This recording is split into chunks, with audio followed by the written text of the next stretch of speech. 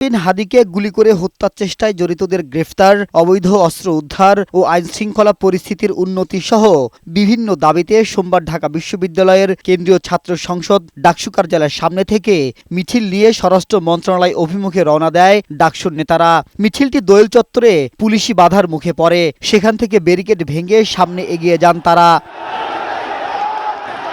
এরপর ডাকসুর নেতাকর্মীরা হাইকোর্ট মাজারের সামনে এলে আবারও পুলিশের বাধার মুখে ব্যারিকেড ভেঙে সচিবালয়ের দিকে এগিয়ে যান। তবে শিক্ষা ভবনের সামনে পুলিশ বাধা দিলে সেখানে অবস্থান নিয়ে বিক্ষোভ করতে থাকেন তারা।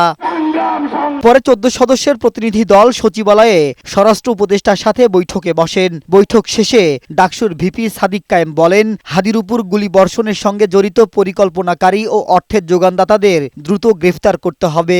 আইন শৃঙ্খলা পরিস্থিতি দৃশ্যমান পরিবর্তন না দেখাতে পারলে স্বরাষ্ট্র উপদেষ্টা, আইন উপদেষ্টা এবং পররাষ্ট্র উপদেষ্টাকে পদত্যাগ করতে হবে। আগামী 48 ঘন্টার মধ্যে নিষিদ্ধ লীগের বিরুদ্ধে এলাকা ভিত্তিক চিরুনি অভিযান শুরু এবং সব ধরনের অবৈধ অস্ত্র উদ্ধারের দাবি জানান ডাকসুর সভাপতি। বলেন, খুনিদের আশ্রয় দেয়ায় ভারতের সাথে কূটনৈতিক সম্পর্কের বিষয়টি পুনর্বিবেচনা করা উচিত। গণহত্যাকারী সন্ত্রাসীদের আশ্রয় দেওয়ার প্রতিবাদে ভারতের সঙ্গে কূটনৈতিক সম্পর্ক পুনর্বিবেচনা করতে হবে। অভিযুক্তদের ফেরত না দেওয়ার পর্যন্ত কূটনৈতিক সম্পর্ক স্বাভাবিক করা যাবে না।